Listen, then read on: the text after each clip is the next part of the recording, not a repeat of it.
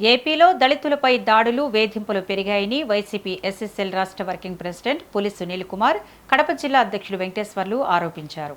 కూటమి ప్రభుత్వం అధికారంలోకి వచ్చిన తర్వాత దళితులనే లక్ష్యంగా చేసుకుని వ్యవహరిస్తోందని విమర్శించారు.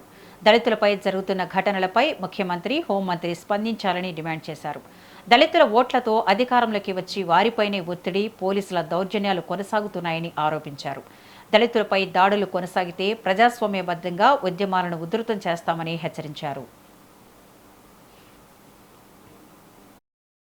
పురాతన కాలంలాగా మళ్ళీ దళితుల ఊరి బహిష్కరణ, దళితుల మాన ప్రాణాలతో ఆడుకోవడం, దళితులను చంపడం, దారుణాతి దారుణంగా దళితుల మీద ఈ కూటమి ప్రభుత్వం ప్రవర్తిస్తూ ఉన్నా కూడా తెలుగుదేశం పార్టీలో ఉన్నటువంటి దళిత నాయకులు, అంటే దళితులు అని చెప్పుకొని ఎమ్మెల్యేలు, ఎంపీలు అయినటువంటి వాళ్ళని చూస్తే, మినిస్టర్లుగా ఉన్నటువంటి వాళ్ళని చూస్తే ఈరోజు అసహ్యం వేస్తూ ఉంది.